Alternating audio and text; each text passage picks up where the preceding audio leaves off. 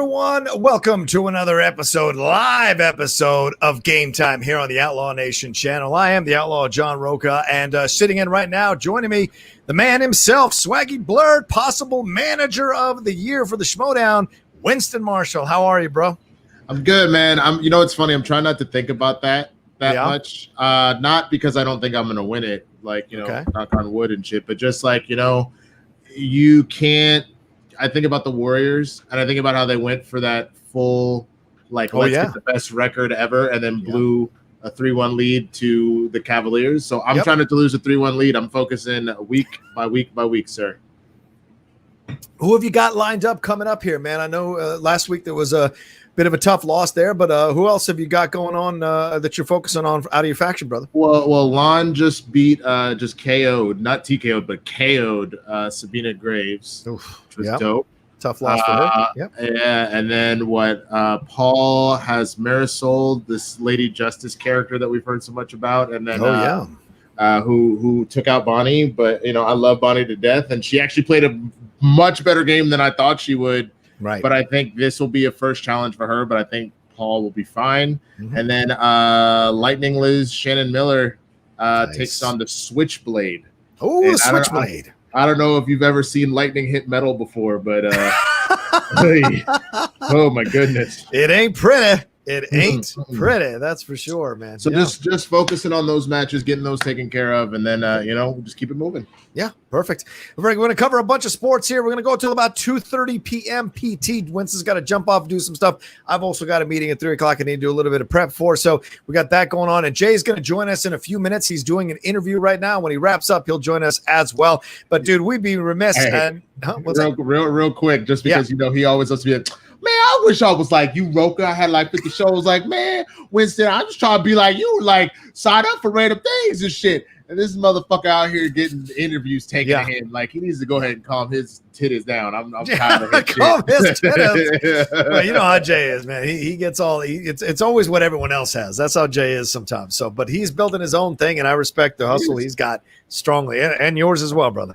Thanks, man. But let's get into the NBA playoffs, man. That's a big thing, and Jay will chime in when he gets in, I'm sure. But there was a bunch of games that happened over the last 2 days. We are in the full swing of the playoffs, playing in that little bubble they've set up there in Orlando. I've been enjoying. They have got the video feed going. They got everything going down. They're piping in the noise, piping in the crowd noise, making it feel like it's happening. They've only got a certain number of referees there to monitor these games. But it was 4 games per day over Monday and Tuesday, Winston. This was a lot of fun to savor and enjoy, but 2 big upsets yesterday. The Lakers losing to the Portland Trailblazers after not doing so well after the restart themselves, and then the Bucks, who had some problems with the restart as well, going down to the Magic. Which upset for you, at least in game 1 upset, surprised you the most? Honestly, I would say more the Magic. And the reason why is let's not forget that Portland, I know they're an 8th seed right now, but Portland did make it to the Western Conference Finals last year. Right. Dame Dalla, as he's now going by, is a beast. And on top of the fact that, he's fucking furious because Skip Bayless is out here talking that hot mess. You know what I'm saying? He's got another reason to turn it up a notch. That and, people brought up the fact that LeBron said, hey, it's going to be kind of weird in the bubble. This will be the hardest championship run I've ever had. And the thing is I know as he's getting older, prolonged rest isn't always good. Right. But you got months to rest. Yeah. You have probably the arguably, if not LeBron, you have arguably the greatest player in the game in Anthony Davis as your wingman. Yeah. And you're concerned about this being and I would even argue the greatest player he's ever had as a co-star. Yeah. Anthony Davis. Dwayne Wade is incredible. Kyrie Irving is incredible, but Anthony Davis, the shit this kid has been doing in his time in the league, I would argue it's the greatest co-star he's ever had. Kuzma coming out here doing things except missing 3-pointers apparently. So I feel like they set this up for them to lose. LeBron to even say that, he doesn't need to say that. Just go into your shut it down mode that he does when playoffs start and go. I know you don't have your family around you like you normally do, but just do that. So to me, the Magic who, made it in, but barely made it in, and the Bucks that were so dominant, it was insane to see them be taken down like that. And it's the question, how much is Giannis genuinely pushing these kids forward around him? You know what I'm saying? Yeah. I think that's fair. And you look at the Magic, and they're essentially playing at home, Winston. That's something you can't discount. I know there's not home fans necessarily, but being there in Orlando, feeling the vibe of the city, but you can't leave. They're in their bubble. Yeah, but they can sense the energy of the city, in my opinion. I'm a weird person like that. I'm one of those people that flows with that energy. And you had some players. I mean, no one really kind of blew the score up except for Vucevic. Everyone else around the low double-digit mark, 15-11, 15-9, 4-4-11, and Terrence Ross with 18. But what they did is they shut down what Giannis was trying to do, and the Bucks were trying to do, setting up these pick and rolls, and they were coming out on Giannis, pushing him farther out, pushing the shooters out, and it was causing a disruption in the flow of their offense. If the Orlando Magic have figured out how to disrupt the offense of Giannis and these Bucks, and the Bucks, look, I feel like everyone's been talking about the Bucks for 3 years now. Every year, this is the year. They look great. They're up and coming. They're going to do it. Giannis is an MVP. If he can't get out of this first round against a pesky Magic team without Aaron Gordon, because he's gone now, I mean, that would surprise the living hell out of me, man. Honestly. I mean, and that's to me why it's a little bit more like, I think, sure, the Lakers are the number 1 seed and the Trailblazers are 8. But I think the gap, and this has been the case for years, the West has always been, for the last decade, has been more lethal than the East. Yeah. And that has been also a criticism of LeBron. Of course, he kept going to the NBA Finals because he was in the East, and the East had a tendency to be pretty soft, bar 1 or 2 teams. Yeah. I think the gap between the Western 4 and the Western 1 isn't as large as it sounds. Yeah. Versus the gap between the Eastern 1 and the Western 8. Yeah. And the Western 1 is not as big of a gap as the Eastern 8 and the Eastern 1. Yeah. You know what I'm saying? That gap between the Bucks and the Magic is actually a lot bigger. So if they genuinely lose, that's not a good look. And I know Giannis played well, but the rest of the team just didn't show up. And you saw LeBron will his way to a finals with the Cavs in his first stint in Cleveland, but it couldn't get it done against a well-polished team like the Spurs, and that's why he left. I think this may be another situation if the Bucks don't honestly figure something out to really help Giannis out. Who knows if he stays after this current contract, you know? It's a great point. Jay's back. Jay's with us now. Let me bring him in.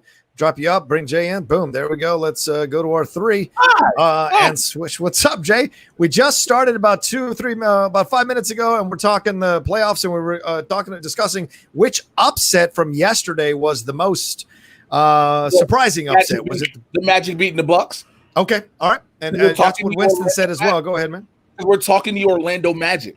You know, it's like this isn't the Orlando Magic from glory days, and this isn't the Orlando Magic where you're recently looking like they can be some serious threats. It's not even the Dwight Howard Orlando Magic. It's not even the Dwight Howard Orlando Magic, but we talking about the Milwaukee Bucks, bro. We talked about this a lot when we were doing Collider Sports Time. How these should be champs.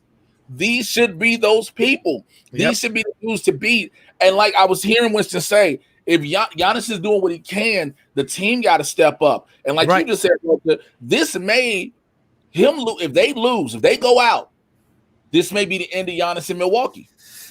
Certainly possible. I mean, and Giannis was getting in trouble with the refs during the bubble. Remember that headbutt on the third string center for the Wizards? Like, why are you getting thrown out of a game?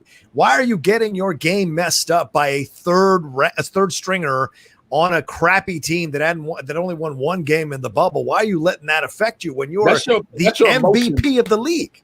No, that's your emotion around the team and everything else you got going on that we don't see. Yeah, that's what I'm saying. It shows a frustration or there's cracks in this facade of the Bucks. Maybe they're not as tight or as as into it together as people were thinking. I mean, Giannis has been great, but George Hill should not be your second top scorer in a playoff game.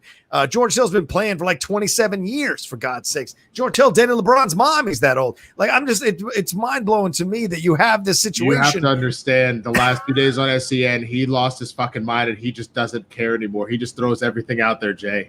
This is a whole different Rocha. You got to help me, man. You got to help me. You're too busy having these interviews, man. You're too busy. Too much to No, afford. you missed the start of the show. We were out here being like, you know how Jay's always like, man, I'm just trying to be like you, Rocha, have 50 shows. I'm just trying to be like you, Winston, have consciously like, man, we just out here trying to be like Jay getting interviewed and shit. He just out here in the streets just having people interview him. I just want to say, it's these cheekbones. Yeah. Oh wow, you got those cheekbones there. But you look at the Bucks. Eric Bledsoe only 15 points, went 5 of 11. That is not good stats. Chris Middleton 4 of 12 for only 14 points. When you bring them all up, they're all better than one player in particular from the Lakers. They're all better. Right. Oh my God. Did you guys see that video of that guy? Oh, I see the three? Oh my God. No, I didn't see it. Oh, you got to see it. No, it's on my Twitter, Supreme Dreams. Yeah. He always does sketches, and he started putting a lot of them on Twitter. No, I've seen him before. It's that group of the group of guys that does all of the basketball stuff. Yeah. No, I mean, they do that too. They mainly do like anime and whatever sketches, but they do it with sports too. Okay, hold on. So the main one is LeBron.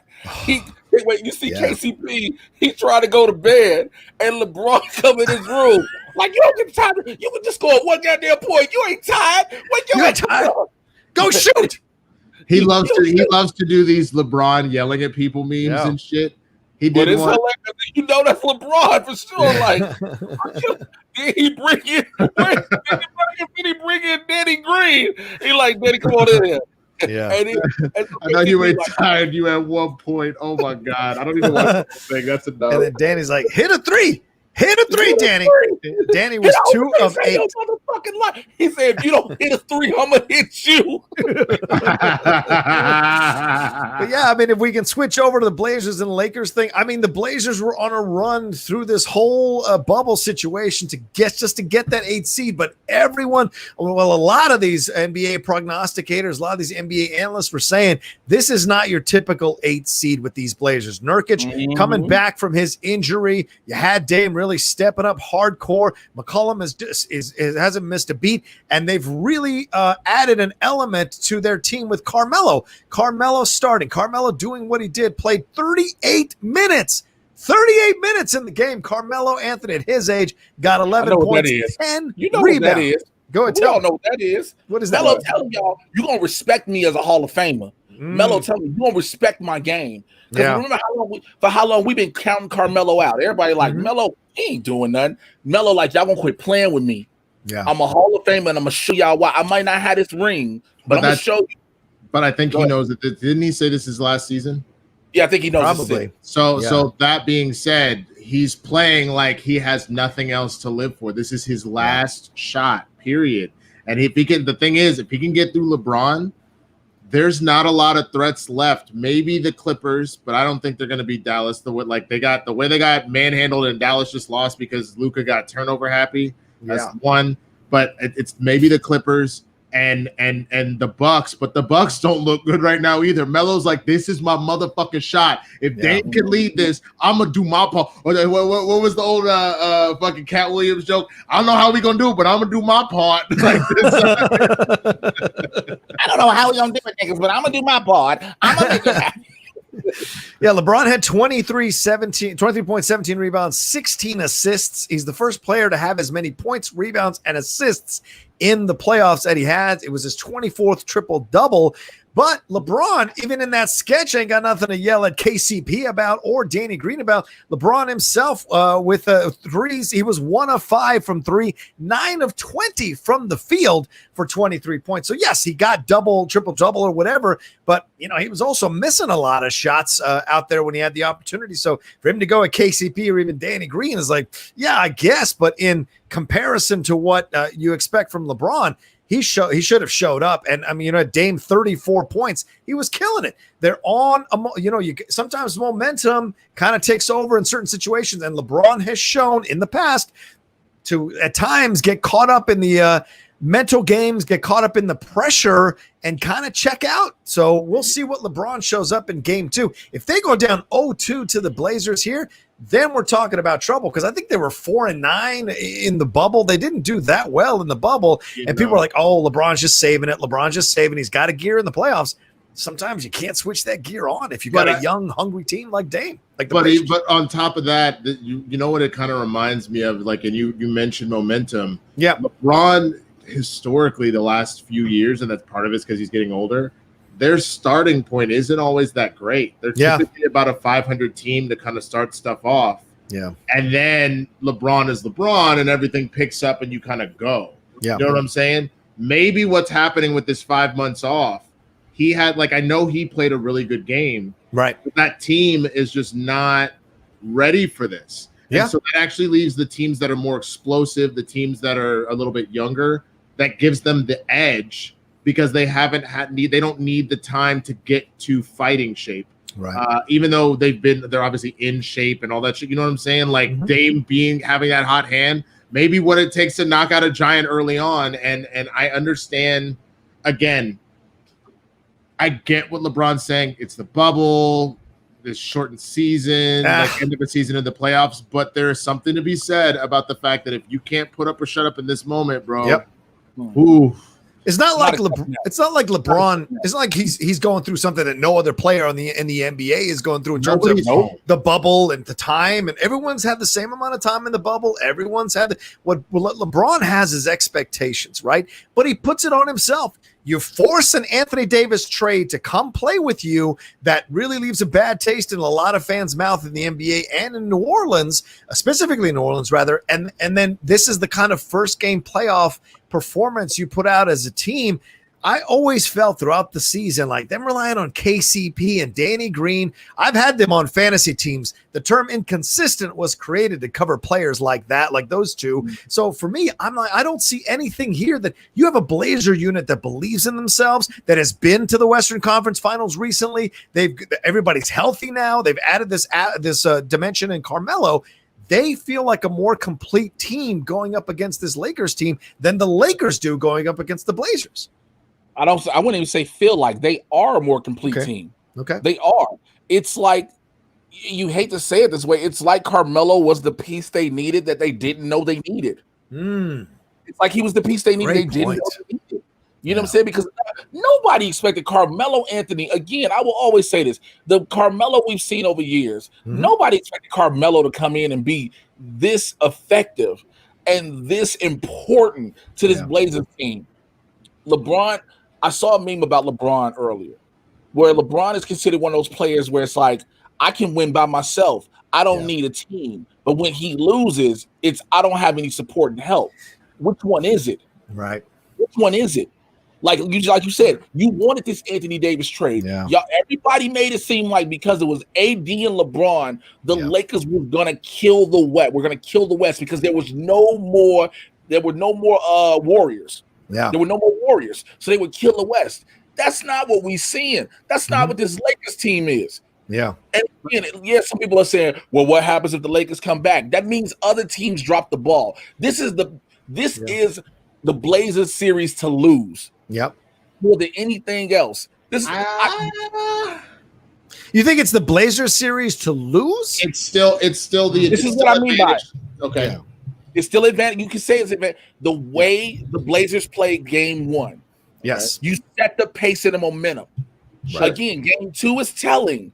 But that's what I mean. Game two will be telling, but you just set this pace and this momentum of this how we can evolve, y'all. I see what you're saying. You're saying the Blazers look more ready to win this series than the Lakers do. Yes, but the Lakers have the expectations, and it's the Lakers series to win. But the Blazers look more qualified right now to take this. I don't know if that turn of phrase about it being the Trailblazers game to lose fully works, and that's why I was kind of confused because I still think later in series. I know we use that say it later in series, but look at how they playing. And again, if you have your quote unquote role players for the Lakers not showing up in game one, then all of a sudden we got to think LeBron yelling at them or whatever Frank Vogel does with them amps them up. That's these things we're looking at. Well, the reason why I was confused, and I still don't know if that applies, but I understand what you're saying, and I get you. Is I think about. We're going to talk about the Rangers being a little bitches about getting grand slammed on. Yeah, but we're getting that. The Rangers were in the bottom of the ninth. Yeah. they needed to get 3 outs and they win a World Series. And they fucking drop that shit and then lose game 7 and then they lose it. You know what I'm saying? Yeah. That was a situation where it was the Rangers game to lose, meaning it was over. They had everything in the bag.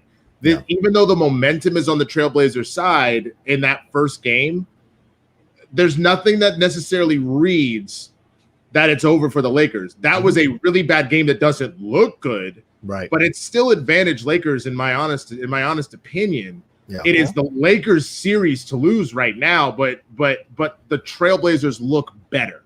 You know what I'm saying? So I understand what you're saying as far as like they've got the hot hand, et cetera, et cetera. They're playing with house money being the 8th seed. But I still think the advantage is with LeBron and the Lakers. Because even with them being at 4-9, and even though with Dame being on such a fucking hot streak like this, you got experience. You technically have more talent on the Lakers than you do over in Portland, stuff like that. It's still technically the Laker advantage, even though they lost that game. But again, if they come out game 2 looking like this, then that statement to me fully works. At that point, Portland's got them by the throat. And it's not to say LeBron couldn't turn it around, but you know what I'm saying? That's my only differentiation, I would say. And don't discount Steve Clifford. Steve Clifford is doing a great job coaching this Magic team. Took them to first place in their division last year. Yeah, they went out in the first round. They had a tough draw in the first round, but they look more equipped to take on these Bucks as well. I mean, the other thing is you got to look at coaching, right? Frank Vogel, to me, I don't know if he's the coach you want to have in the playoffs. Give me a Rick Carlisle. If you're going to give me tall white dudes, give me Rick Carlisle, give me Phil Jackson before you give me Frank Vogel, man. I trust those guys in a tight series. You want Jim Carrey out there? Jim Carrey. Hey, Jim Carrey got a ring, and Jim Carrey been in these playoffs multiple times with the Dirk that could barely keep his life together and all that shit, man. Jim Carrey out here catching hedgehogs and rings. All right, you know what I'm saying? So I think these are interesting coaching matchups as well. It's not just the players; it's the coaching matchups because everything gets tighter in the playoffs. Rotations get tighter in the playoffs. Minutes get tighter in the playoffs, and players get tighter in the playoffs because the pressure now starts to build. The bubble is fun because you're just like we're just playing for position. Now the games really matter, and the Blazers have an advantage here because they've been mentally playing for the playoffs through these entire bubble situation. So they may take that momentum back to the Western Conference Finals again if they pull off this upset against these Lakers. Who else do you guys, if you've watched the games over the last 2 years, who else has really stood out for you? What other team has really stood out for you as you've watched these games? I mean, I'm biased, but I'm trying to tell you the Mavs, man. I mean, I was just about to say it's Mavs. Yeah. Nobody expected us to really do anything against the Clippers. And again, I know we lost that game, but Luka looked like the superstar that he fucking is. He's not going to have turnovers like that. He did early in his career in the NBA, but he's really kind of gotten that under control. And then that ejection on Porzingis was bullshit. And someone made a valid point. What it was is it wasn't necessarily the barreling in. That second one, you want to call that a tech, that's fine. Right. He got ejected because that was his second technical foul. Right. The first one was a clean fucking block, and it was a stupid goddamn call to give him a tech for that. That's fair. So, yeah, I agree. So when you put that together, if they're out here in these streets playing like they did, the Clippers could genuinely also be in trouble, man. Yeah. But people have been knowing Luka is a goddamn star. Like people went ape shit over him doing it between his legs, behind Giannis, over to a cat that yammed on it in the game against the Bucks like a week ago. Dude, he is the future truth. I'm trying to tell you. You ain't got a Luka jersey though, so you were saying you ain't too much of a fan in the stand. Wow. You ain't got poor.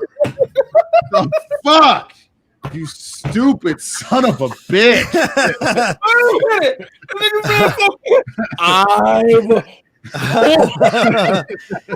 Disrespectful.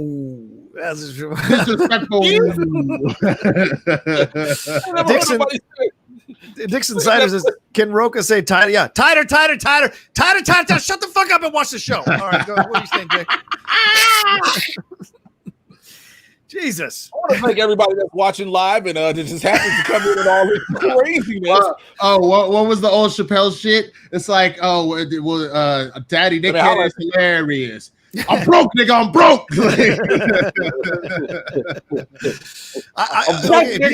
If you guys say Dallas, I gotta say Miami, man. Watching them yesterday against those Pacers, Jimmy buckets, boy, Jimmy Butler. He is, dude. He is the. And then you got Iguodala, which is one of these kind of quiet veterans you can put on your team that's going to show up for you in tight moments and has experience. Jimmy, I mean, they were down to the Pacers a majority of the game till that third quarter, and then when they took over, and that was that. So they look like a team that could make a lot of noise on that eastern side of things. I mean, you've got the Celtics, so you don't know what you're going to have with the Celtics from game to game. You got the 76ers, who are inconsistent AF, but the Raptors just went up 2-0. They beat the Nets today, but the Nets are not really in kind of a competition for them. So it's like I'm kind of curious to see if Miami can ride this thing out and shock some people and get into those finals from the East. Jimmy Butler would be fantastic in a finals, man. We miss you, Jimmy. Please. Man, he don't miss y'all, bro. He does not miss y'all. Dog, it's like, Chicago just as a general. Yeah. It's something about our city that we'll have some stars. Yeah. And our teams won't utilize them right. And then these motherfuckers go somewhere else. And you're like, oh, Jesus. Yeah. I just want to also say as we do this, I'm looking through my camera. Winston, thank you so much. I say thank you, Winston, because you introduced me to these Focus T25 workouts. Well, good God damn. You know what I'm saying? Like, here, just get this. The funny thing is, I used to tell you about it, and you're like, man, I don't know. And I was like, it's this. And he's like, man, I don't know, but I ain't no bitch, so I'll do it. And he did the first one, and he didn't know how to read his watch. He was like, nigga, I'll burn 5,000 calories. I was like, oh, no, you didn't. First of all, you would be dead. You did not. Jay. I was new to my Fitbit, right? I didn't realize there was a workout setting on it. So it been burning calories all fucking day. Shit, Winston. Where's this Fountain Youth you discovered? Does anybody know about this? 5,000 calories, nigga. Do you understand you would have been smaller than fucking Steph Curry within a week if you were burning 5,000 calories? Everybody that's in the Zoom group with us was like, everybody's face all of a sudden went from exhausted to no. Exactly. Because everybody's like, oh, I burn like 375. I burn 500. I burn 450. Jay goes, I burn 5,000 calories, man. I killed that shit. And then he tried to justify, like, Jay, that's not physically possible. You would have had a heart attack. And Jay goes, nah, you don't understand. My body, it adjusts like a motherfucker. So, like, up front, that 5,000 calories, that makes a hell of a lot of sense. Maybe next week it'll be at 500, like, y'all. But for right now, my body's in shock. My body is in shock. I'm gonna need you not to exaggerate the 5,000 calories for our body work. First of all, it's 2,000, nigga. Is it all 3,000? I'm gonna go to Old Country Buffet. I'm going to Old Country Buffet. I just burned off 5,000 calories. I got room now. I got room. He's like, I'm about to go get all the barbecue. I just burned 5,000 motherfucking calories. Oh, you want to talk about barbecue? Let's talk about how Winston's girlfriend gave him a code for some special barbecue yesterday, which you can get up to 20. I already told the story at SEN. That's fine. You haven't? I told the story at SEN. I'm going to order $190 worth of My man, he said, I'm poor. Give me $100 worth of barbecue. Give me all the motherfucking barbecue. I can reheat this over 5 days. Hell yeah. And it was Thanksgiving, bro. It was Thanksgiving. I got to put up a minimal amount of money, and you telling me after the fact I get to take home all the goddamn leftovers? You best believe. Oh, shit. You're going to break my side. You're going to break my ribs over here. I tried to get some ribs. I tried to get some ribs, bro. Give me 2 trays of cornbread and everything, bro.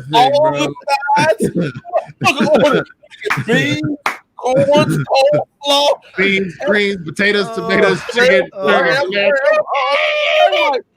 you gonna put all this food in my refrigerator for the next 6 months? I'm broke.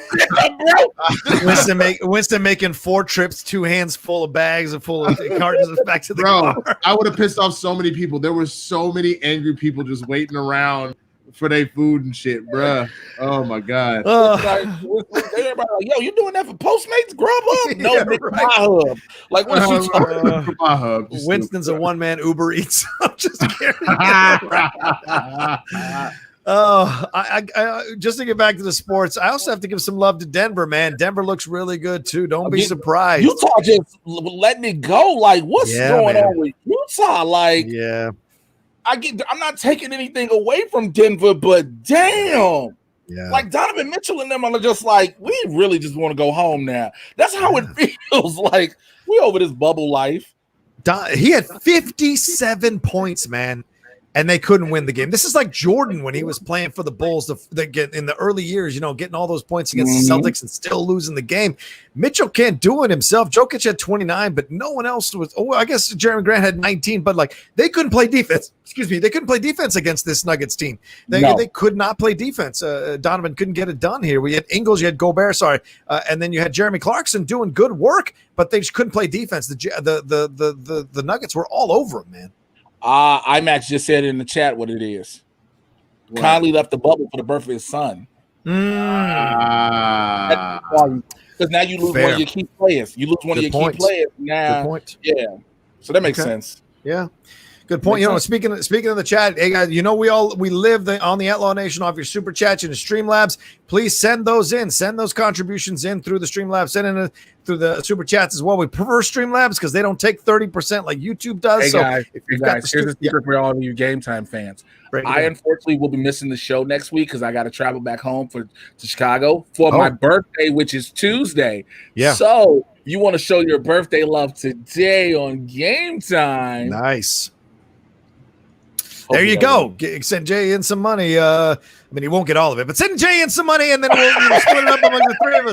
We'll make it happen. So yeah, send Jay some birthday money. We'll make it all. We'll make it all go down. Send Jay some money. You get all of it. Definitely for his birthday. Send me some money so I can get a Luka Doncic fucking jersey because I'm broke. Right, and some barbecue. Your Amazon wish list. You do Winston, your wish list. Hill Nellum sent in a Streamlabs. He said, how long can the Magic really keep this up without Aaron Gordon, Michael Carter Williams? Was game one just everything hitting on all cylinders for them? It's a fair question. Because, without Aaron Gordon, without MCW, it's a tough situation for them to keep it going. But never doubt the implosion of a team with a lot of pressure on them and you being able to just play your game. Terrence Ross has been fantastic for them. So him sliding in and doing the little things that he was doing against those Bucks teams, a team that has a lot of expectations on themselves, if they're not strong psychologically, they will turn on each other. And the cracks that have been kind of like simmering under the surface will show itself when the pressure hits. So if the Magic just continue playing their game, be consistent, believe in each other, and play that spoiler situation, they can steal this series from the Bucks, no doubt. What do you all think? Hey, man. That's exactly what you said. How you hit it the nail just right on the head, bro. All right. Hey, Connor Pearson wore bogus. He said, Winston, what's it enough for a kid's bootleg jersey? Damn. On the back, Luca. That's supposed to say Doncic, fool. What the fuck you talking about? I know that's what I'm saying. It's a bootleg jersey. L-O-O-K-A-A, Luca. Luca. Or D-O-N-C-H-I-C-H. Chris Miner says, wasn't expecting my Spurs to make it, but they played their best in the bubble. Certainly. Hell of a playoff streak. They deserve their break now. Pop retires? No way. I don't think Pop retires. I don't think he's done. I only think Pop retires if he decides he wants to run for president or something, bro. Right. Yeah. Go ahead, Lucas. I was going to say, and he's one of the few that if he did do that it actually would work out okay. Yeah. He actually is someone that has a pretty sound mind when it comes to like understanding politics and all that kind of shit that I would genuinely think he would put together a solid thing. Now, I'm tired of celebrities running. I would rather he run for a local office or something first. Yeah. But he's one of the few people that I see out here in these streets that if he ran, I would be like, let me see what he has to say. Yeah. I think he won't run just because the fact it's easier for him to get his message out being an NBA coach, also during every broadcast. Think about it. Also true. They can ask him during the game, so Pop, such and such play like this. Look, I know how they play, but you know what shouldn't be playing around is this economic system out here that's very disproportionate to minorities. And then let me talk about how law enforcement, you be like, Pop, that is not the question. We want to know how many rebounds this motherfucker go get. Let me tell you what needs to rebound, the treatment of black people in America. You be like, well, go there, Pop. Yeah. Pop and Steve Kerr. That's your ticket right there. Pop Kerr ticket. Oh, I didn't realize that Pop was a former Air Force officer. I knew he was in the service. I didn't know he was a fucking officer. Yeah, he might be ready to go right now. Shit. Well, and I mentioned Conley. Conley is apparently going to be, he's right now in quarantine. He's back, and he will be back supposedly for game 3. So he will miss the next game, but he will be back supposedly for game 3 on Friday. So we'll see if that makes a difference for the team overall. Crazy feeling though. Yeah. Like you made sure you went home to see the birth of your child, which as a parent, I know for a fact is an important thing. I was there for both of the birth of both my kids. But as soon as you see them, you get the little bit of skin-to-skin contact real quick for maybe a day. Then you got to go and seclude yourself for 14 days just to get ready. It's like that's got to be a big mental test right there. Yeah. If anything else. Yeah. Well, we'll keep tabs on the NBA playoffs as they go along, and we'll move on to our next subject. And please keep those StreamLabs and Super Chats coming in. We're going until 2:30, and then we're dumping out of here. But the next thing we need to get into is, speaking of getting your shit in order or getting your shit together, let's talk about the Seattle Seahawks rookie. I know you guys talked a little bit about it on Blurds in the Hood, but we got to talk about it again because I need to talk about it. Rookie quarterback Kema Severand this week, after he was released from the Seattle Seahawks after he was caught on video attempting to sneak in a visitor into the hotel room. It showed the Oklahoma State former player trying to bring a woman into the Seahawks makeshift training camp facilities. She was even wearing Seahawks apparel in an attempt to look like a player. So, gentlemen, you get onto a team to possibly qualify. You weren't even drafted. You're undrafted, and you're trying to get onto a team. Is a night with a lady, even an hour with a lady, is that worth like surrendering your NFL dream for? It seems like a stupid mistake here. It's the dumbest thing I've ever heard in my entire life, bro. He went to Dick's Sporting Goods and got all the Seahawks. Bro, he took it a step further. You know, them high schools are closed, right? He left the campus long enough to make it to a high school, bust in, steal some high school football equipment, took another to all the padding and shit, a little bit smaller. Maybe you go get the high school kicker's fucking pads and shit. And he went and got a random practice jersey with the Seahawks on it, said, all right, girl, put this on, and now come on. Just try and sneak her the fuck in like this. Here's another thing. This might sound fucked up, okay? But this is honest. Clearly, Shorty ain't have damn bit of shape because she can't have no hips or ass or titties. Because like, what kicker been doing all these goddamn squats? Like, what punter is racking 600? Legs gonna get strong. Like, who the fuck? Connor Pearson Ward saying, I'd like to point out he tried to sneak a woman who is at max 120 pounds and try to disguise them as a person who is like 200 pounds minimum. Yeah, there's you need way more jerseys than that to be brought out of the kiosk in the mall. Bro. I just don't get it, man. I mean, I think my favorite tweet about this is Tom Pelissero's tweet. He gave the message in the first tweet. In the second tweet, he said, the woman was wearing Seahawks gear in an attempt to disguise her as a player. I'm told it did not work. Yeah, I'm sure you were told it did not work. Oh, it's hilarious, so man. I mean, 3 men here. We have to ask this question. That's a bold move, Cotton. See if it works out for him. Woo! Here's a question 3 men have to ask. Yeah. You already said it, Rocha. What level of vagina is that much worth it? I know. I think I'm of the mindset, and this is why I actually had well, she couldn't have been. But I'm just saying. She couldn't have been because they would have been able to tell the difference. Joking, but it's serious. Like, we always hear about James Harden and his stripper fetish. You know what I'm saying? But he been good during the bubble. Granted, he has been.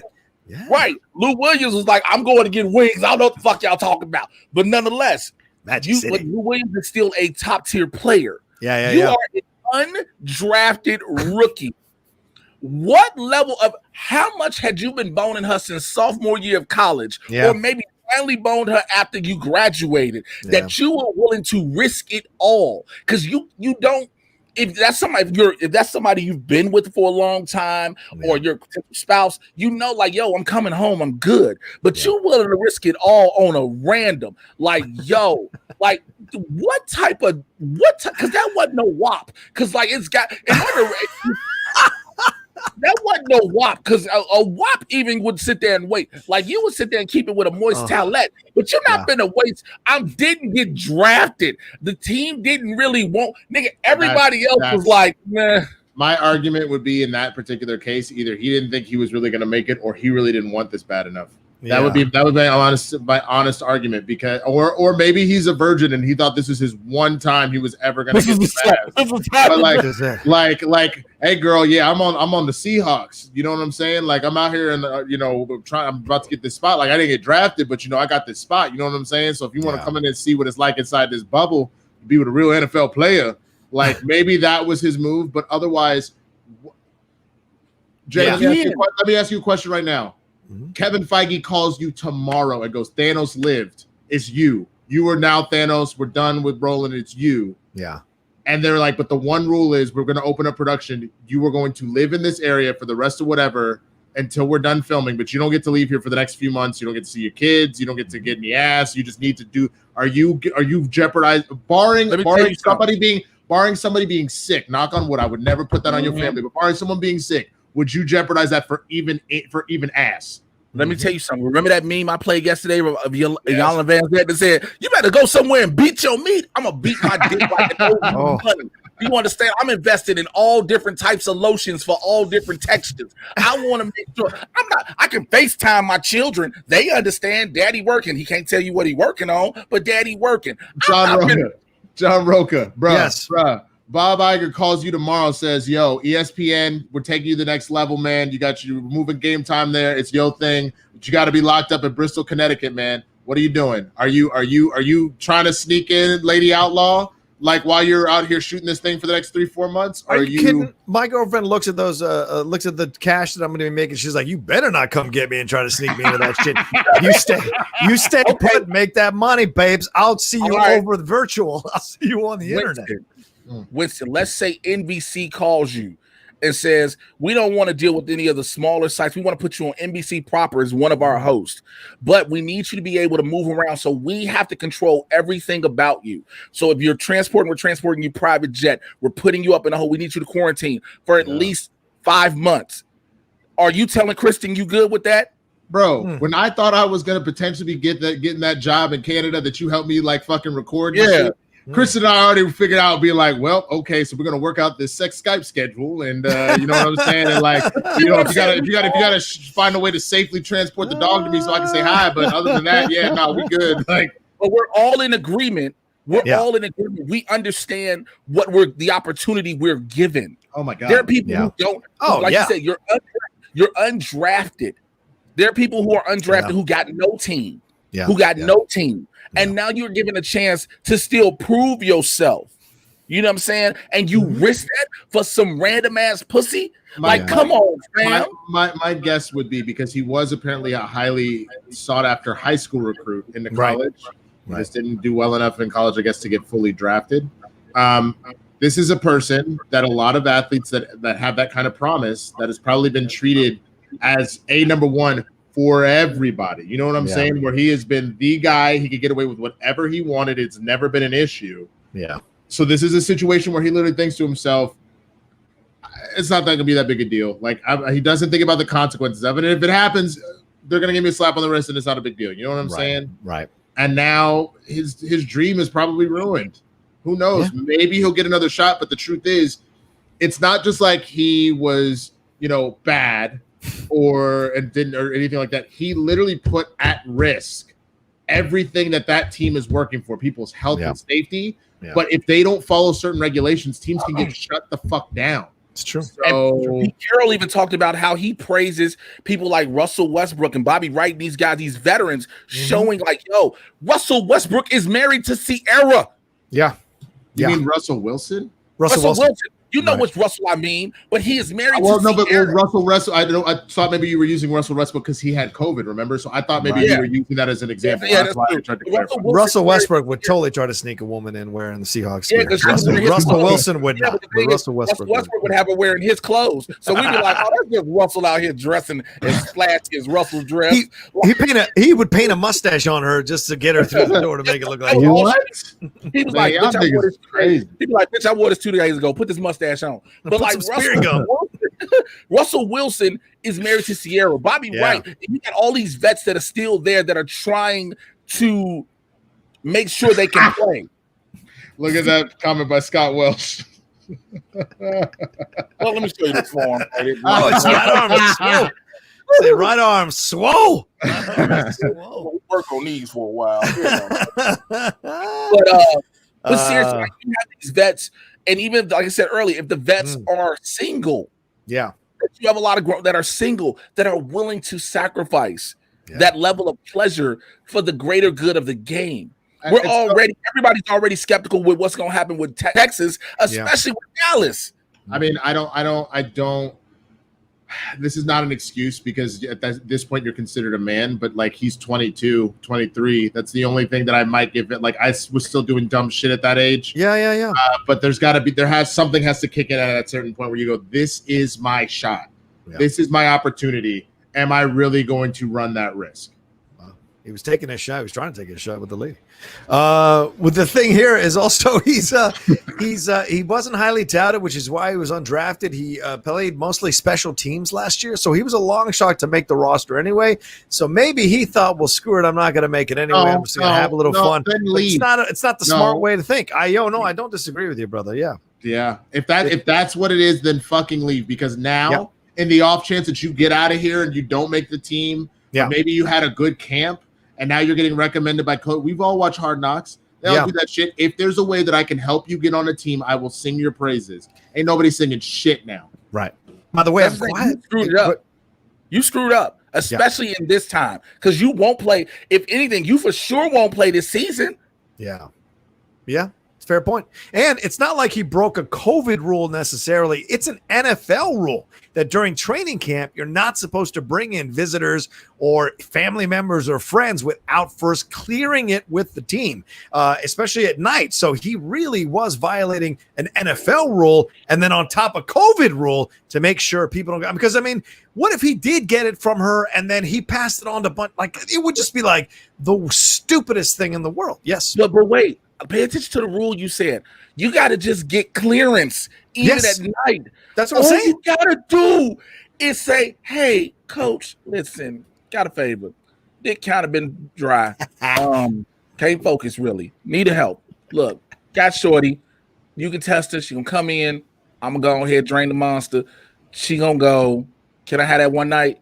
All you got, if they say yes or no, that's where you go from there. But the fact you completely eliminated that middleman, no matter how much of a joke or whatever we make it, you completely eliminated the option to ask is there. Why couldn't my dude just be smart about this and bring in his Japanese sex doll when he went into camp? You know what I'm saying? It's like, he's poor. I'm poor. He's not poor. If he's an undrafted rookie, he's poor, bro. They ain't paying him that much. I mean, he don't need his car. He's in a bubble. You know what I'm saying? So, sell your car, buy a Japanese sex doll, and you can. Yeah, there he is. Jay's being the sex doll. Oh God, I'll send a picture of that to him and see he can try and buy a model of you. I guess I don't like that, but with that swole right arm. I found out there were models of me just like that as a sex doll. All of a sudden, like, hey Jay, we saw you on a website. What website? It's not a bad idea. I like this idea. Billy Atwood says, hey guys, curious, Ravens are bringing in Dez Bryant for a tryout. If they sign him, do you think that increases their Super Bowl chances? 1,000%. If he still has any of the juice, because he's now been out of the league for what, 2-3 years? 2 years, yeah. He's 2017. He's been seeing his he's been still putting out training videos and showing him running routes and catching plays.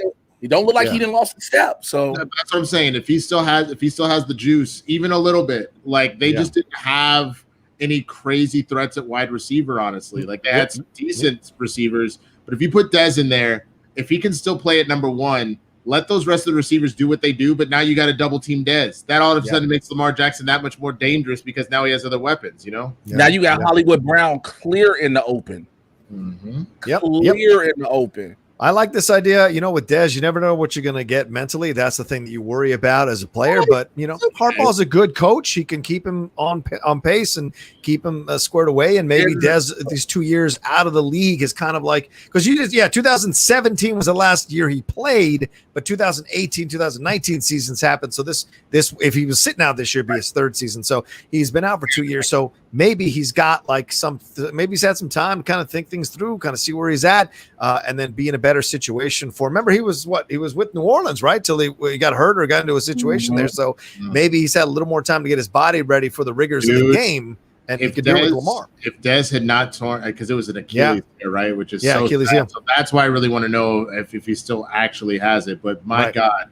If Dez had been down in New Orleans, across from Michael fucking Thomas with Kamara out the back, the Saints would have won the Super Bowl. This wouldn't have been even a fucking. They were already deadly as it is. If that had happened, oh my God! I mean, Drew Brees just left. Yeah, Drew Brees just hikes the ball, runs, turns his back, and just throws the ball over his head. One of them catches it. He just all he would do for every play because it's so much talent. That's what was crazy is Michael Thomas still had some 200 some fucking catches, 1,500 yards, some crazy fucking shit. And then you have Dez Bryant on top of that shit. So now Michael Thomas is even more the fucko. Oh my God, that would have been insane. Yeah, I don't disagree. Alex Tornai says, hey, guys, thoughts on the college football situation, specifically with OSU petition and Lane Kiffin saying players from the Big Ten / Pac-12 should transfer so they can play. All right, so this is kind of a big deal here because I forget the quarterback's name, but the quarterback for Ohio State put out a petition to get players to play for the Big Ten. He wants to let them. He says we should be allowed to decide if we can play or not play. 115,000 signatures are on that, not from just players, but he's saying it's wrong that the conference should decide for us. But then I was watching ESPN, and Jalen Rose said, sometimes you got to be the adult in the situation, and that's why you're in power in the conference. That's why you're on the board of directors to keep these kids from hurting themselves. That better for these kids than they do sometimes, and putting them in this position where they can get this disease and get this COVID and have physical maladies that are going to happen to them for the rest of their lives or have issues for the rest of their lives physically is not worth it. But then again, I do like the idea that players deciding for themselves. If we're going to say that they can march for getting paid to play the game, then by the same token, you got to give them, a little bit of credit to decide if they want to play during a pandemic. Go ahead, Jay. Are you okay? Here's the thing. Yeah, they just shut down Notre Dame because all of a sudden they was having these parties and the kids are getting infected. You're going to tell me college players for college football teams who are treated like celebrities are going to stay in a quote-unquote bubble, and we just had an idiot from Ohio State do the dumb shit with the Seahawks. My counter would be, let's take this out of sports for half a second and take it to our industry. Yeah. So let's say you have let's say Avengers Endgame was in the middle of being produced when all this went down, right? Okay. Disney decides we're shutting down production, we can't do it. And all of a sudden, Robert Downey Jr. and Chris Evans no, that's not fair. We should decide if we get to act or not. It's up to us. We should be able to decide what we're gonna. No, motherfucker, it's not your movie. You are starring in a movie that is being put on by this company. So if this company decides they don't want to run that motherfucking risk, you don't have a goddamn say. Without them making the fucking movie, you have no say. So if this conference has openly acknowledged it is inappropriate to be playing football right now, you do not get a say because it is not your league. If that's how you feel, go start your own fucking stupid ass league. Yeah. Stay in that and do it that way. That is completely different. Yeah. I don't disagree with you, man. Because again, just because you're the star of a movie, we've all been in films. We've all been on sets working on something.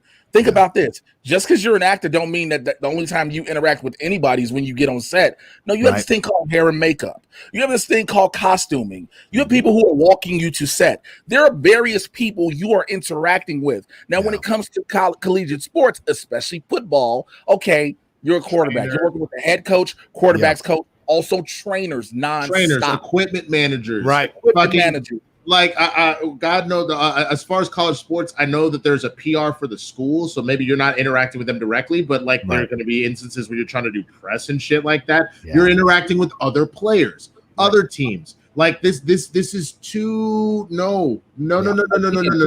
Goes back to the fact we're the only fucking country on this planet that politicized a virus. Yeah. And instead of everybody just saying, let's just do what we got to do to get over it, everybody's like, well, let me live my life. Your life is literally, in a sense, your life is literally affecting other people's, whether you realize it or not. Yeah, I think this comment from Corey Scott Johnson, he's usually great for some jokes, but Corey, strong comment here too. He said, I need for these black kids to stop capping to risk their lives for these white organizations. I think it's absolutely a valid thing to say in this situation. Same things happen. Like for me, same things happening over there in a microcosm with Dan Snyder. Dan Snyder hiring this black president of football operations, hiring Ron Rivera, hiring these women. That's all great. But all you're doing is providing cover for this disgusting white man to keep owning that team and doing terrible things and keep pushing his idea of how to run things over the last 20 years, the sexist, racist approach to what he's done for that team. You're just covering, you're basically being a shield for him. So that shouldn't be something that you necessarily glorify 100%. Same thing here. These kids, yes, it's great that you want to play, but you're playing to basically help these people make money at your expense. Because if you play, yeah, right. Sorry, go ahead, guys. Sorry.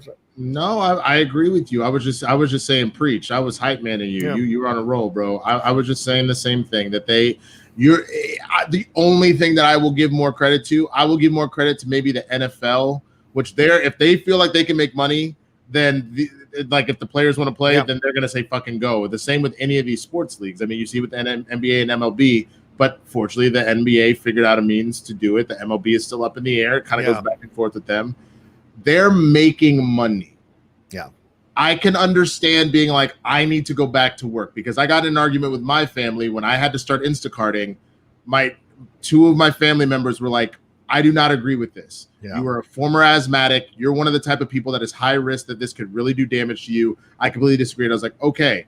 I'll stop working. Are either of you paying my bills? Yeah. Do I want to do this? No, I don't want to be out there every single day running this risk. Yeah. I don't have a fucking choice. So that is why I'm fucking out there. But these kids, I understand that this is your stepping stone to your career, but they've already figured out that they're going to find ways to keep eligibility, to allow to let stuff come back. Just be fucking patient. Yeah. You're not really losing anything by sitting this one the fuck out. I get you want to play, but you're not getting paid for this right now. So what are you caping for? You're caping for these people to get money. That's why. That's why. That answer is right there. We're not getting paid for it. So what's the big deal?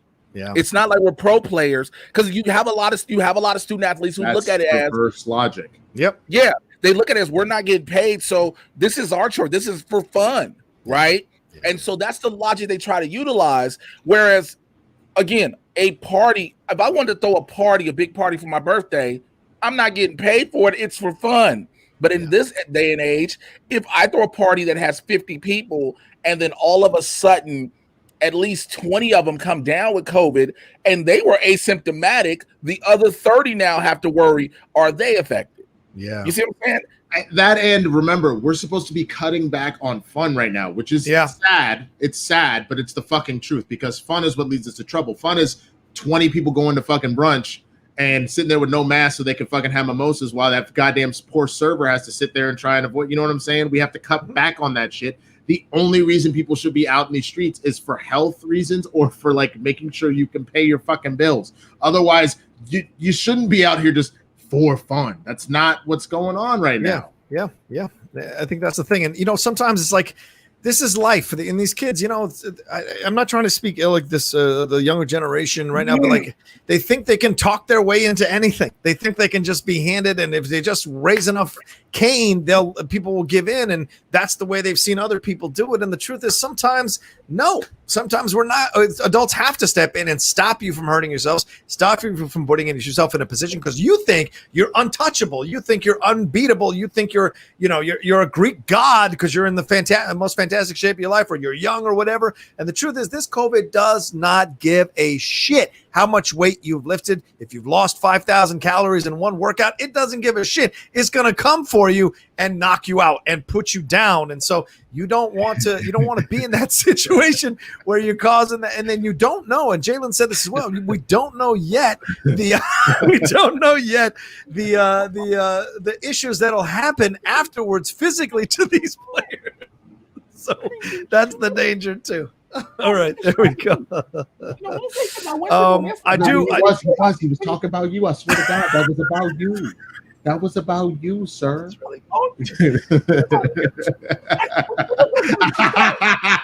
Right. Okay. Jay, you were so in the bed, you didn't catch me. Let me see if I wanted to say something to IMAX as well. IMAX, sadly, he said, I lost a coworker today to COVID. Another coworker lost his wife Saturday to COVID. It's not a joke. I agree. So sorry to hear that, man. Yeah, it's very terrible. Condolences to you, IMAX, for sure. But this is the thing. You don't want young kids to get this thing and die or pass away or pass it on to their parents or grandparents and without knowing they're doing it and have them pass on. You don't want that to happen as well. So it's just insane to me. And the parents pushing their kids I don't understand it at all. That's selfish beyond selfish. You're just like, let them play. I got to make my money. If the kid gets to the NFL, we'll be set. It's like, what the fuck are you talking about? Your kid could die. I don't know. It seems crazy to me. I don't have kids. I don't know how Jay feels about it, but I don't have kids. I don't know. It seems crazy to me. Alan Smith, he donated. He said, happy birthday to the great Jay Washington. Drip, drip to manager of the year, Winston Marshall, and yippee-ki-yay, outlaw. That's right. Thanks for having me on with Bibbs last night, Rocha. Sorry for creating drama. Actually, I really do it on purpose. Have fun, guys. No, don't apologize. It was a blast. We love to get into a little drama stuff with me and Bibbs. So thank you so much, Smithy, for the donation. All right, let's jump on to our last story as we wrap things up here, because there's not too much sports we can get into with a limited amount of time. Certainly, we got to get into the Fernando Tatis story. Certainly something that Winston wants to talk about. This happened on MLB the other day. The Rangers were taking on the Padres, and this situation happened with this talking about this unwritten rules situation. Fernando Tatis, he had a 3-0 grand slam to put the team up 14-3 Monday night during the Padres Rangers game. It was in the 8th inning. Tatis came up to face Juan Nicasio with the bases loaded and sent a 3-0 pitch over the right field wall at Globe Life Field. Padres manager Jace Tingler at 3-0 said he gave Tatis the sign to take the pitch and not swing, but Tatis swung anyway. Remember, Tatis is a young player as well. Tingler said after the game, it's a learning opportunity. I hope he'll grow from it. However, Rangers manager Chris Woodward expressed disdain, and he said that it challenged the unwritten rules in today's game. And Tingler worked under Woodward last year, so that's an interesting situation. Did Tingler actually give that sign to Tatis, or did he not? And this apparently when he rounded the bases, people wanted to run out and have a little bit of a bench clearing brawl. And he took his time running around those bases as well. Didn't look at any of the opposing team players and said, and then the opposing manager for the Rangers said, this is why the game doesn't grow, because of crazy stuff like this. So, all right, gentlemen, what do you think about this situation? Winston, I guess I'll start with you because you had a strong opinion about it earlier. I mean, I'm freezing a little bit, so can you hear me? Yes. Right. Sorry, I don't know what's going on, but if you can hear me, then we'll go with that. Yep. Here's my issue with this, and I've said this a million times. First of all, baseball with its boring-ass game, they've needed to evolve as is the first thing. Second of all, the only beef that I have, if the motherfucker's bat flipping and shit afterwards, okay, that's disrespectful. But that's fair. But as far as hitting a grand slam in this game, let's remember a couple of things. First of all, there is no clock in baseball. This shit could literally go on forever. Do you know what that means? At any point in time, this shit could completely flip. All of a sudden, the Rangers could go. I know there's only one inning left, but let me tell you something about one final innings that I already mentioned before. The Rangers were 3 outs away from winning the fucking World Series and blew it. They were up by, I want to say about a grand slam, something around those lines. So I don't give a fuck what it is. You're a goddamn professional. Yeah. If you don't want to see me run up the score, then fucking stop me. This isn't Pop Warner. Yep. This isn't Little League. All right. If this is a situation where, and someone brought this, I think it was Ben Goddard brought it up on SCN. If there's 10 seconds left, 20 seconds left in an NBA game and you're windmill dunking, you're an asshole. Right. Now we could talk about unspoken rules and unsportsmanlike conduct, but that's not what's happening here. This is a situation where, yes, you're up 7 runs, but again, you go on a solid run at the end. If your closer all of a sudden is trash, like something happens during this warm-up, game over, bro. You can turn this shit. So no, that's the softest shit I have ever heard. Yeah. And that's my fucking team. Like, I'm pissed. Yeah. What do you say, Jay? I can't do any better than what he did. So,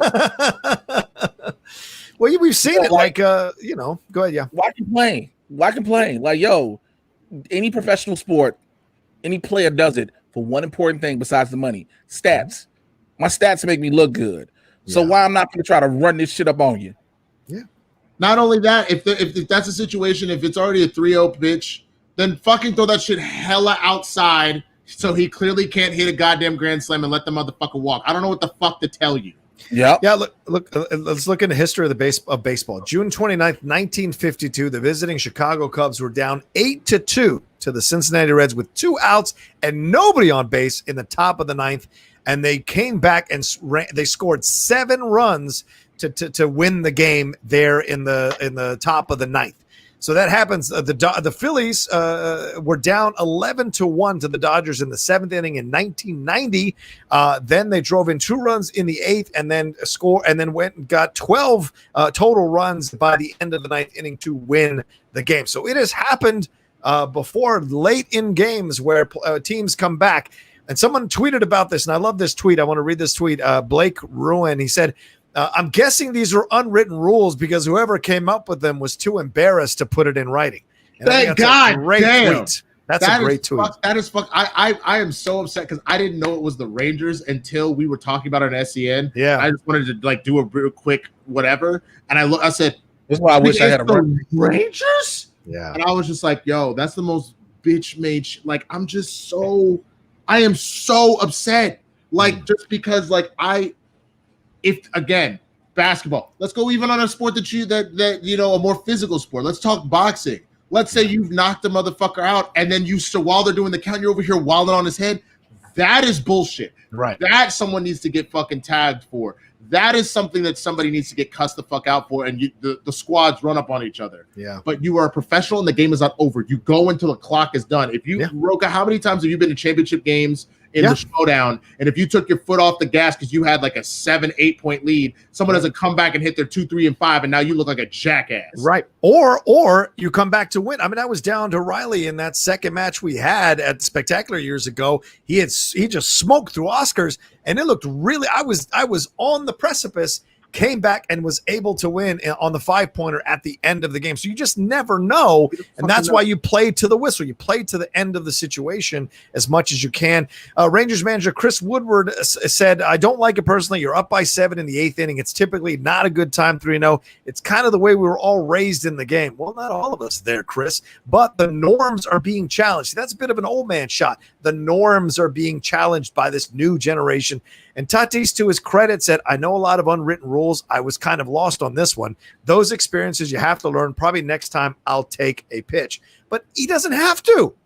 So many pitchers came out, too, to support him for him swinging. Pitchers came out. A Cincinnati Reds pitcher, another pitcher, a Yankees pitcher, then came out and said, no, you play to try to stop the guy. And if he's going to swing and hit that homer, it's your fault as a pitcher that you put a pitch over the plate that he could knock out of the park and increase their team's lead over your team. So I agree with you. I'm just of the mindset if you didn't want someone to hit a grand slam, why are you giving him a ball that he could hit a grand slam on? Right. You giving a basic pitch. I'm watching the video of myself now. Like, you set yourself up in a failure. Yeah. It's ridiculous. Brandon Buckingham says, don't want him to hit a 3-0 pitch for a grand slam? Then throw a ball 4. Don't throw a hittable pitch. This story is so stupid. I agree, Brandon. I agree with you 1,000. I think we all do, to be honest with you. And Joseph Curran says, as someone who played baseball for 10 years, I had no problem with the 3-0 grand slam. Ball is there, unload on it. I do have a problem with him stealing third base when his team is up by 6 yesterday. No, but none of that shit you should have a problem with. You are here to play the fucking game and get your stats. Stats make a difference between you making even more extra money when your contract comes up again. You never know if that one extra steal puts you percentage-wise in a different category to qualify for a better contract. I think if you're playing baseball, you play to win as much as possible and by as many runs as possible, and you do whatever strategy, because you never know when that strategy that you've worked out in a blowout game comes in handy in a tight game in the playoffs. So everything is connected. Nothing is in a fucking vacuum. And so for me, that kind of complaining and the unwritten rules crap, that's old man shit, man. Play to win. Check this out. So there's I'm looking online. Yeah. And the Baseball Hall of Fame displays a game ball used in the Rangers' 30-3 victory, the bludgeoning of the Orioles in 2007. There you go. So Texas has it. I don't even fucking remember. The Rangers had like a 50-run game. Hold on. Texas Rangers greatest win. 30 in 2007. Like, why are you complaining now? Yeah. That's the thing. By the way, there's 150 y'all watching us right now. Please give us some likes. We haven't gotten over 100 yet. Please, we're at 85 likes. Swing that mouse over there and the cursor over there. Hit that thumbs up button. Give us some likes. If you're watching us later, give us likes as well and leave a comment down below. That's important for helping the algorithm of YouTube there. What did you say, Jay? What was the record you read? 30-3 for against who? The Orioles in 2007. Yeah, okay, you're talking about the same game. I remember because I was at the restaurant, the Purple Cow. It was like a burger place, and I walked in, it was all over the news, and it was called a Texas-sized butt whooping. And it was literally like they won 30-3, like, and everybody being like, God damn. Bro. Yeah. So like you have no problem running up the scoreboard. Look, after what is it? After 10, you know for a fact this is pretty much over. But you're continually just running up the scoreboard. But now it's when it's against you, it's an issue. Yeah. Somebody asked me what I thought about Gerald McCoy's. Yeah, let's get into that. Season-ending injury, unfortunately. And then he gets cut. So here's the whole thing. What happened?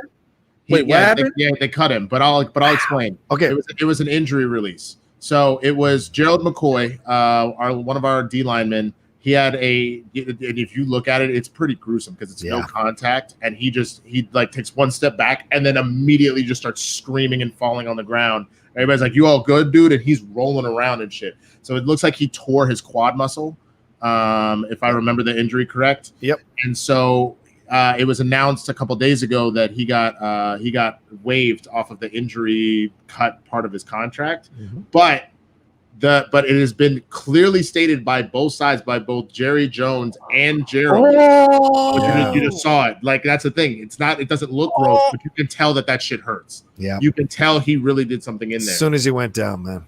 But they have both come forward and said, this makes perfect sense. They're going to have to go get another D lineman to really kind of shape up. I mean, next man up, but you've got to go get something to fill that gap. Yeah. It was purely business, and that both Dallas and him are interested in re-signing with each other next year if he's healthy. Yeah. So I don't necessarily have a problem with it if you're that forthwith about, hey, this is just business, and even Gerald understands that and is cool. If they were like, nah, he's our boy, we would never do that to him, and then they cut him, then you're some assholes. But if we came to the table and we both acknowledged, hey, this is what's good for the fucking team, then I don't have a problem with that. Stop trying to make trouble where it ain't none. Fair. I respect that. Hill Nellums. You have any thoughts on this one, Jay? Any thoughts on this one? Okay. Because I've seen guys blow out their quads, blow out their hamstrings, ACLs, MCLs, Achilles, all this shit being in wrestling, and it be non-contact. See it happen. You can take a step, and let's just call it what it is. Linemen, D or O, carry weight on their body, and as much as they work out, sometimes that muscle structure just can't. Look, Vince McMahon blew his quads getting into the ring. Yeah, he blew his quads getting into the ring. Triple H blew his quad in the match, doing what he normally fucking. Well, he took the lion tamer and that kind of blew him, but then we knew his quads were just terrible. But like Kevin Nash blows his quad. It's a kind of thing. It happens, and it always doesn't have to be contact injuries. And like Winston was saying, if it's in your contract and they understand, like, look, if you get cut, if you get injured, we got to move on. Yeah. So like, because we can't afford to pay you, then have to replace you at the same time. Right. So, right. Yeah. Techian of the Source says Gerald had an injury on his quad before he signed. It was in his contract. If he injured his quad, they could release him. And he still made $3 million for fucking going to training camp. Yeah. Why are we? Why are we having this as a story?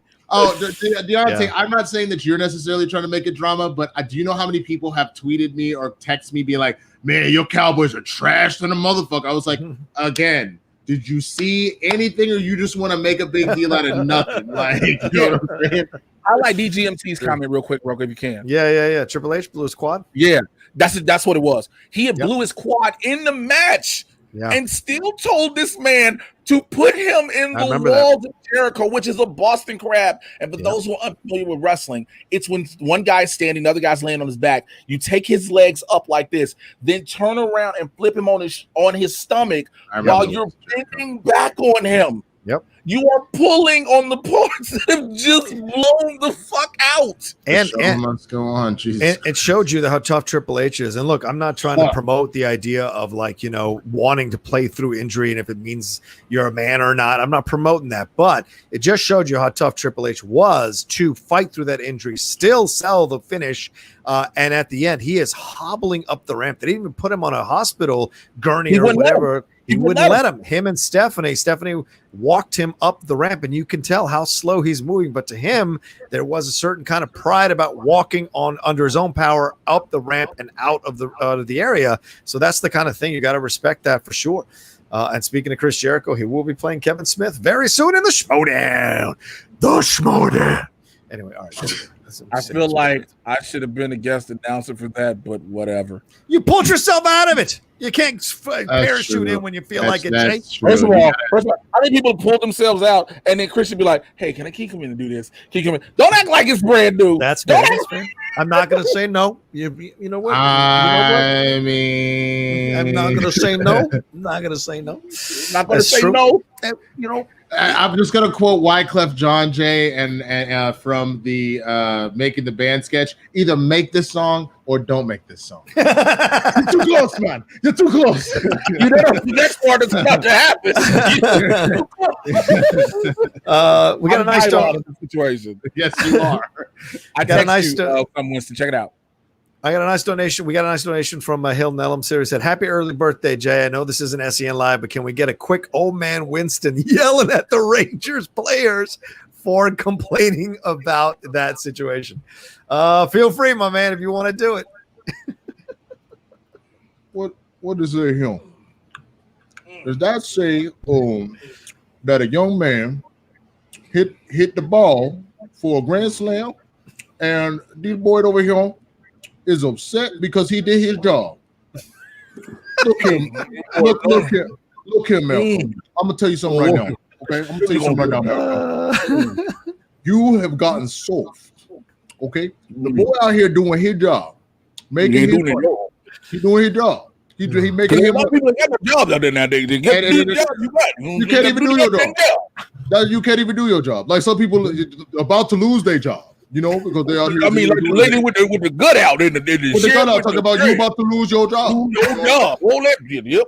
So you upset because a young man outplayed you because you trash, and you want to get upset about this? No. That's not that. Back in my way, I'll tell you right now, if a young man could hit a grand slam on me, then my bitch ass ran laps. Coach made me run.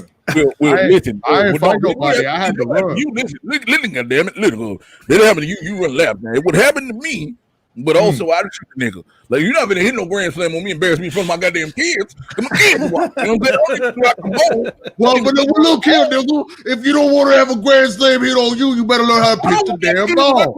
You better learn how to pitch the damn ball. You let the nigga go grand slam.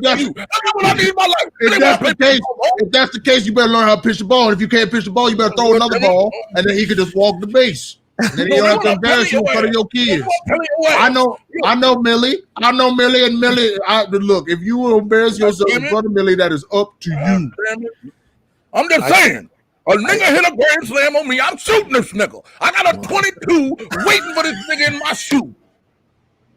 If Rocha tried to, there it is. I tell you, when I play back in my country, I lost by more than 20 runs. You don't see me not swinging the ball or complaining about the other person or the other team hitting a lot of runs. If you don't want them to beat you, stop them from scoring runs. It's very simple. It's very simple. That's what I'm saying. You do your goddamn job. You make sure they don't score no goddamn runs. You throw it over the plate. Let me tell you right now. I learned this after my first wife left me. If I don't want my woman to walk out on me, you gotta do the things. Wait. You gotta get what is it they call now? They call it the wet ass pussy. You learned from your first wife husband? Yeah, no. I'm saying from nigga, you were deaf. You didn't hear what I said. I said when my first wife left me. I thought you said from her husband. I didn't know you. I remember that. When my first wife left me is because I was a stubborn old nigga. Now I wouldn't eat no pussy or nothing. Did you say the wet ass pussy? I didn't do that. Hold on, wait a minute. You weren't putting your tongue in the Lord's glorious hole. I was not, and I learned my lesson. Listen to anybody. I learned my lesson. My wife warned me, you do not take care of me. I said, woman, I love you. That's enough. It was not enough. You got to bottom feed sometimes. Hey, no, listen, Rocha, let me tell you something. Don't you, when your woman, when she making cookies and shit, don't you eat the batter? Don't you eat the batter? Huh? You got to eat the batter. Do you eat the batter, Winston? Do you eat the goddamn batter in the bowl? Now I eat the batter in the bowl. I didn't need it when I was a dumb young nigga, but I learned my lesson. I didn't blame nobody else. I learned my lesson. I said, if I'm not gonna do the right thing to keep my woman happy, then she's probably gonna leave me. And that's the thing. If you can't keep your team happy by throwing a fastball and striking out that young man, then you deserve every bad thing that happened to you. Don't throw an easy pitch to Fernando. Fernando want to knock it out of the park. You know this already. You know this already. You throw the easy pitch. It's a hittable ball. He's going out of the park. I don't know what you want. I don't just eat the batter. You're right. The boy gonna hit out the park. That's all they do in that country is hit them damn balls. That's all we do is hit the ball. Look, I knew a Fernando on my team before. Fernando hit every single ball thrown at him. Even if it was outside the strike zone, Fernando was so fast, he would hop over and say, boop, and knock that little bitch out like he was playing Tiger Woods golf. Fernando was so fast. You were talking about that boy is special. Yeah, before the ball hit the ground after he hit, he's already circled the bases. He's so fast. It was incredible to watch. Was this the same Fernando, the one that living on 23rd Street? Yes, Fernando. 23rd, yes. 23rd and Martin Luther King Boulevard? Yeah, that's the one. That's the boy. That's the same Fernando.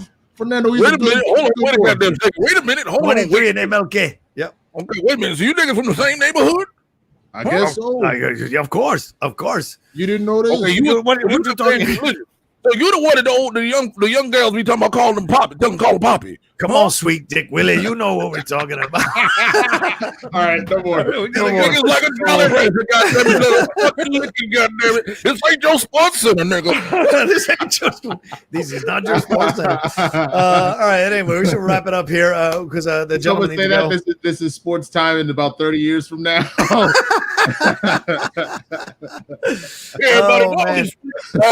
can't see the screen, goddammit. Hold on. Tushka said it's been a heavy day for me and I can't catch you all live. If it's a slow sports day, you can talk about the Chiefs still being the only professional sports champ in 2020. Wow. Dylan. There you go. It's dialogue. You get the boy goddamn name ain't Dylan. It's dialogue. The boy from goddamn island. It's dialogue, sir. Kansas City. All right, let's wrap up. Gentlemen, please tell them where they can find everything you guys have got going on. And thank you all so much for watching the show. Winston, what do you got? Yeah, you can find me at the Swaggy Blurred. It's right there, THESWAGGYBLERD. That's on all the socials, Twitter, Instagram, my YouTube channel, my Twitch channel, all that good stuff. My main goal for this year, I have a lot of stuff that I'm building. Like, please come check out my Twitch shows. Come watch PBPN. Come watch Blurs in the Hood. My own personal goal that I'm striving for right now is to continue to build up my numbers on Twitter and Instagram. Specifically from the standpoint that I've said this a couple times, there was a job or two that I was up for last year that didn't pan out because I just didn't have as big of a following as some of the other people that were up for those jobs. So I want to never let that be a reason why I don't get booked ever again. So it would mean the world to me if the minimum that you could do is to go follow me on those social platforms. There you go. There you go. All right. What you got, Jay? What you got? I literally am going to echo the exact same thing as he said, because it is definitely true. We learned this in our industry. Like, I've had auditions where I could have been called in for other roles, but my numbers weren't high enough. So please, if you just hit a follow on Twitter and mainly Instagram for me, just Instagram Mr. J Washington. My Twitter numbers will jump. They'll fluctuate. Whenever I post some pro-black shit, I make a lot of people mad and they leave. So it is what it is. But please follow me on Instagram at that. Check out Blurs in the Hood every Tuesday with the two of us. And I bring that up because if I may, John, I just want to read something real quick. I sent it to Winston. We always have issues with sometimes the technical stuff with the show when I get frustrated, but we got a reply from our episode yesterday, and the guy Anarchy1408 commented on it and said, "Love you guys. I'm about to watch. I need some laughter today. I had an overdose on Saturday night and was very close to being dead. Fortunately, a family member found me. I got out of the hospital yesterday. Thank y'all for everything you do." That's powerful, man. That is one of the reasons I love what we do with Blurs and why we do it every week. So please follow that. I'm thinking about getting us a Blurs in the Hood Twitter at this point. I don't know how. After you posted, I literally, other than the fact that Kristen said we needed to, the minute after you posted the thing about Manscaped, I was like, all right, I'll just do it. And I just did it. Yeah. So please follow me like I said that, and please, since it's there, what is it? Hold on. I'm pretty sure it's just at Blurs in the Hood, but hold on, let me make sure. Okay. Just keep talking. It's fine. We'll tweet it out. We'll tweet it out.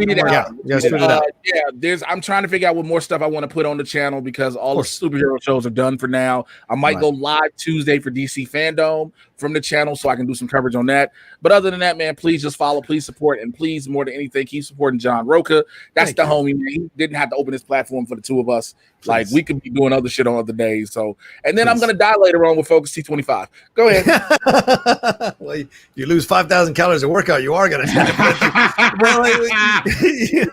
you can follow me at The Rocha Says on Twitter and on Instagram. Thank you all so much. And the gentlemen are correct, absolutely correct. That's why I started on my Twitter stuff years ago. I lost out on a job because they looked at my Twitter profile and like, we can't hire you. There's no way. You don't have 10,000 followers. You can't give us anything. And that I was shocked at that moment. The talent had nothing to do with it. And that's the truth sometimes. So that's why I worked really hard the last few years to build the numbers up. So if you haven't followed me, I'd still appreciate you following me as well as these two gentlemen on both Instagram and Twitter. And here's the key. You can follow us and you don't even have to listen to our bullshit. Just mute us. So just follow us and then mute us if you don't want to listen to our bullshit. At least that you give us the follow or the subscriber, which really appreciate the overall and everything we do. Subscribe also to this channel down below there. Hit the like button and leave a comment. A lot of you watch this after we're done, so please leave a comment as well. Those comments and the likes help us in the algorithm of YouTube to show up on people's suggestions feed, and people might click on it, watch us, and then become a fan